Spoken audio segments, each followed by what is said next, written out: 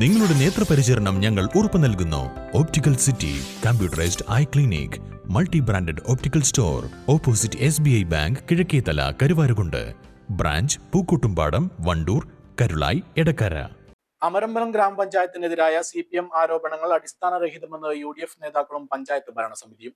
UDF നേതാക്കൾ വിളിച്ചു ചേർത്ത വാർത്താ സമ്മേളനത്തിലാണ് ആരോപണങ്ങൾക്ക് മറുപടി പറഞ്ഞത്. നെൽകർഷകർക്കും ക്ഷീരകർഷകർക്കും ലഭിക്കേണ്ട ആനുകൂല്യങ്ങൾ മുടങ്ങിയതിന് പിന്നിൽ ഗ്രാമപഞ്ചായത്തല്ലെന്ന് ഭരണസമിതി ചൂണ്ടിക്കാട്ടി. സപ്ലൈകോ നെല്ല് സംഭരിച്ചതിനു ശേഷം കർഷകർക്ക് പണം നൽകേണ്ടത് സംസ്ഥാന സർക്കാരാണ്. മുൻ പിണറായി സർക്കാരിന്റെ കാലത്ത് ഫണ്ട് വകമാറ്റിയതാണ് കർഷകർക്ക് സബ്സിഡി ലഭിക്കാത്തതിന് പ്രധാന കാരണമെന്നും ഇത് പഞ്ചായത്തിൽ മാത്രം ഒതുങ്ങി നിൽക്കുന്ന പ്രശ്നമല്ലെന്നും സംസ്ഥാനത്തെ 900ഓളം പഞ്ചായത്തുകളിൽ ഇതേ അവസ്ഥയാണുള്ളതെന്നും ഭാരവാഹികൾ പറഞ്ഞു. കർഷകരിൽ നെല്ല് സംഭരിച്ചു കൊണ്ടുപോയ ശേഷം ഗ്രാമപഞ്ചായത്ത് പണം കൊടുത്തിട്ടില്ല നെൽകർഷകർക്ക് എന്നുള്ളതാണ്. ഈ പത്രസമ്മേളനം നടത്തിയ ആളുകൾക്ക് കൃത്യമായിട്ട് അറിയ വിവരങ്ങൾ അറിഞ്ഞിട്ടും അറിയില്ല എന്ന് നടിച്ചുകൊണ്ട് പഞ്ചായത്ത് ഭരണസമിതിയെ കളങ്കപ്പെടുത്താൻ വേണ്ടി നടത്തുന്ന ഈ പത്രസമ്മേളനം അതായത് കർഷകർ ഉൽപ്പാദിക്കുന്ന നെല്ല് കൊയ്ത് മെതിച്ച് അത് നെല്ല് ചാക്കിലാക്കിയതിന് ശേഷം അത് കലക്ട് ചെയ്യുന്നത് സപ്ലൈകോയാണ്. സപ്ലൈകോ അത് എടുത്തു കൊണ്ടുപോയി വിൽക്കുകയോ അരിയാക്കുകയോ ചെയ്ത ശേഷം ആ പണം അവർ ഗവൺമെന്റിലേക്ക് അടച്ച് ഗവൺമെന്റ് അത് ട്രഷറിയിൽ അടച്ച് ട്രഷറിയിൽ നിന്ന് അത് വിവിധ ബാങ്കുകളിലേക്ക് അടക്കുകയാണ്. എന്ന് പറഞ്ഞാൽ ഓരോ നെൽകർഷകരും ഏത് ബാങ്കിലാണ് അക്കൗണ്ട് ഉള്ളത് ആ അക്കൗണ്ട് വഴി ബാങ്ക് വഴി ആ കർഷകരെ കൊടുക്കുന്നതാണ് കാലങ്ങളായിട്ട് കണ്ടുവരുന്ന ഒരു പ്രവണതയാണ്. അമരമ്പലം പഞ്ചായത്തല്ല അമരമ്പലത്തെ നെൽകർഷകർക്ക് പണം കൊടുക്കേണ്ടത്. കഴിഞ്ഞ ഇടതുപക്ഷ ജനാധിപത്യ മുന്നണി ഗവൺമെന്റിന്റെ മുഖ്യമന്ത്രിയായിരുന്ന പിണറായി വിജയൻ ഈ സംസ്ഥാനം ഭരിക്കുമ്പോൾ സംസ്ഥാനത്തിന്റെ മൂന്നാമത്തെ ഗഡു 900 ജില്ലാ പഞ്ചായത്തുകളിൽ ഒരു പഞ്ചായത്തിലും കൊടുത്തിട്ടില്ല. അത് കൊടുക്കാതെ വന്നപ്പോൾ അമരമ്പലം പഞ്ചായത്തിലും കൊടുത്തിട്ടില്ല. മാത്രമല്ല സപ്ലൈകോ സംഭരിച്ച നെല്ലിന്റെ പണം കർഷകർക്ക് കൊടുക്കാതെ തടസ്സപ്പെടുത്തിക്കൊണ്ട് കർഷകനെ പ്രയാസപ്പെടുത്തി ബാങ്കുകളിൽ കയറിയിറങ്ങി അവരെ കാൽമുട്ട് തേയുന്ന രീതിയിൽ ഉണ്ടാക്കിയെടുത്ത ഉത്തരവാദിത്വം പൂർണ്ണമായിട്ട് ഇടതുപക്ഷത്തിനാണ്. അതുകൊണ്ടല്ലേ അത് പറയാൻ മടിച്ചത് പറയാൻ കഴിഞ്ഞ പഞ്ചായത്ത് പ്രസിഡന്റ് മടി കാണിച്ചത് കാരണം ഇന്നലത്തെ CPMന്റെ പത്രസമ്മേളനത്തിൽ 5 കൊല്ലക്കാലം പഞ്ചായത്തിന്റെ പ്രസിഡന്റായിരുന്ന ആ വ്യക്തിയൊക്കെ ഇന്നലത്തെ പത്രസമ്മേളനത്തിൽ CPM പങ്കെടുപ്പിക്കാറുണ്ട്. അത് അങ്ങനെ ചെയ്യേണ്ട കാര്യമാണ്. അതുപോലെ ക്ഷീരകർഷകരുടെ കാര്യം പറഞ്ഞു. ക്ഷീരകർഷകർ പാലളന്നു കഴിഞ്ഞാൽ സബ്സിഡി കൊടുക്കുന്നത് സംസ്ഥാന ഗവൺമെന്റാണ് കൊടുക്കുന്നത്. ഏമങ്ങാട് ക്ഷീര സംഘവും ഉള്ളാട് ക്ഷീര സംഘവും മാത്രമല്ല കേരളത്തിലുള്ളത്. കേരളത്തിലെ ഒരു ക്ഷീരസംഘത്തിനും സബ്സിഡി കൊടുക്കാൻ കഴിഞ്ഞ സംസ്ഥാന ഗവൺമെന്റ് പണം വകയിരുത്തിയെന്നല്ലാതെ കൊടുത്തു തീർക്കാതെയാണ് ജനങ്ങൾ ഇറക്കിവിട്ടതല്ല, ഇറങ്ങിപ്പോയതിൽ ഇറക്കിവിട്ടതാണ്. അതിന് ഉത്തരവാദിത്തം മുഴുവൻ ഈ ഗവൺമെന്റിന്റെ തലയിലോ ഈ ഗവൺമെന്റ് വന്നിട്ട് 3 മാസമായിട്ടേ ഉള്ളൂ. ഈ പഞ്ചായത്ത് ഭരണസമിതി നിലവിൽ വന്നിട്ട് 4 മാസമേ ആയിട്ടുള്ളൂ. ഈ 4 മാസത്തിനുള്ളിൽ ചെയ്തു തീർക്കാൻ പറ്റാവുന്ന ഒരു പ്രവണതയല്ല ഈ പറയുന്നത്. ഇത് തീർക്കും. ഐക്യജനാധിപത്യങ്ങളുടെ ഗവൺമെന്റ് അധികാരത്തിൽ വന്നിരിക്കുന്നു. ബഡ്ജറ്റ് കഴിഞ്ഞ 19-ന് അവതരിപ്പിച്ചിരിക്കുന്നു. ഇനി ഈ പഞ്ചായത്തിന് കൊടുക്കുന്ന ടോട്ടൽ അലോക്കേഷനിൽ നിന്ന് ആദ്യ ഗഡു എടുത്തുകൊണ്ട് ഈ സബ്സിഡി കൊടുക്കാനുള്ള സംവിധാനം ഈ പഞ്ചായത്ത് കാണും. PMAY അങ്ങനെ തന്നെ പറഞ്ഞത്. ഞങ്ങൾ കഴിഞ്ഞ 5 കൊല്ലം പറഞ്ഞു നടന്നതാണ്. 1000 വീട് കൊടുത്ത പഞ്ചായത്ത് തിരുവനന്തപുരത്ത് പോയി അവാർഡ് വാങ്ങിയ ഗ്രാമപഞ്ചായത്തിൽ 1000 വീടിന്റെ പോയിട്ട് 10 വീടിന്റെ അവസാന ഗഡു കൊടുക്കാൻ സാധിച്ചിട്ടില്ല. നമ്മൾ നിത്യവും പറയല്ലേ. മാത്രമല്ല ഏത് വീടിന്റെ ആയാലും ശരി ഏത് സബ്സിഡി ആയാലും ഇവിടെ അടയ്ക്കേണ്ടത് ബ്ലോക്ക് പഞ്ചായത്തിലാണ്. ഈ ബ്ലോക്ക് പഞ്ചായത്തിലേക്ക് PMAYയുടെ ഗഡു കഴിഞ്ഞ ഗ്രാമപഞ്ചായത്തിന്റെ ഭരണസമിതി അടച്ചു തീർക്കാത്ത കൊണ്ട് ഈ വീട് പൊളിച്ചിട്ട് ആളുകൾക്ക് 3-ാമത്തെ ഗഡു കൊടുത്തു തീർക്കാൻ സാധിച്ചിട്ടില്ല. എല്ലാ സബ്സിഡിയും അങ്ങനെ തന്നെയാണ്. ഈ സബ്സിഡി മാത്രമല്ല എല്ലാ സബ്സിഡിയും അങ്ങനെ തന്നെയാണ്.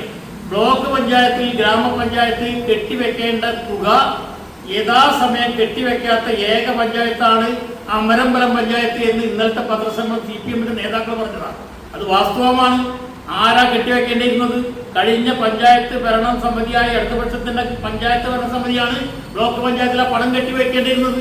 അവരത് കെട്ടിവെക്കാതെ ഇറങ്ങിപ്പോയത് കണ്ടാണ് ഈ പാവപ്പെട്ട ആളുകൾ ഇങ്ങനെ പ്രയാസപ്പെടുന്നത്. കൂടാതെ 1000 വീടുകൾ നൽകി സംസ്ഥാന തലത്തിൽ തന്നെ അവാർഡ് വാങ്ങിയ പഞ്ചായത്താണ് അമരമ്പലം. എന്നാൽ ഭവന നിർമ്മാണ പദ്ധതിയുടെ അവസാന ഘടുകൾ ചിലർക്ക് നൽകാൻ കഴിയാത്തതിന് കാരണം മുൻ ഭരണസമിതിയാണെന്നും ഗ്രാമപഞ്ചായത്ത് ബ്ലോക്ക് പഞ്ചായത്തിലേക്ക് അടക്കേണ്ട വിഹിതം യഥാസമയം കെട്ടിവെക്കുന്നതിൽ മുൻപ് ഭരിച്ചിരുന്ന ഇടതുപക്ഷ ഭരണസമിതി വീഴ്ച വരുത്തിയതാണ് ഈ പ്രതിസന്ധിക്ക് കാരണമായതെന്നും ഭാരവാഹികൾ കൂട്ടിച്ചേർത്തു. നിലവിലുള്ള ഭരണസമിതി അധികാരത്തിൽ വന്നിട്ട് ഏതാനും മാസങ്ങൾ മാത്രമേ ആയിട്ടുള്ളൂവെന്നും മുൻ ഭരണസമിതികളും സംസ്ഥാന സർക്കാരും വരുത്തിയ വീഴ്ചകൾക്ക് നിലവിലെ ഭരണസമിതിക്ക് യാതൊരു ഉത്തരവാദിത്വവുമില്ലെന്നും സർക്കാരിൽ നിന്നുള്ള പുതിയ അലോക്കേഷൻ ലഭിക്കുന്ന മുറയ്ക്ക് കർഷകരുടെയും ഗുണഭോക്താക്കളുടെയും പ്രശ്നങ്ങൾ പൂർണ്ണമായും പരിഹാരം കാണുമെന്നും ഇതിനായി സാധ്യമായ എല്ലാ ഇടപെടലുകളും നടത്തുമെന്നും ഭരണസമിതി വാർത്താസമ്മേളനത്തിൽ പറഞ്ഞു. 2026-27 വാർഷിക പദ്ധതിയിൽ ഉൾപ്പെടുത്തിയ ജൈവവള വിതരണവുമായി ബന്ധപ്പെട്ട നടപടിക്രമങ്ങൾ പുരോഗമിക്കുകയാണെന്നും ഗ്രാമസഭകൾ ചേർന്ന് അപേക്ഷ സ്വീകരിക്കുകയും സർക്കാർ ഉത്തരവ് ലഭിക്കുകയും ചെയ്യുന്ന മുറയ്ക്ക് കർഷകർക്ക് സമയബന്ധിതമായി തന്നെ ജൈവവളം ലഭ്യമാക്കുമെന്നും വാർത്താസമ്മേളനത്തിൽ പറഞ്ഞു.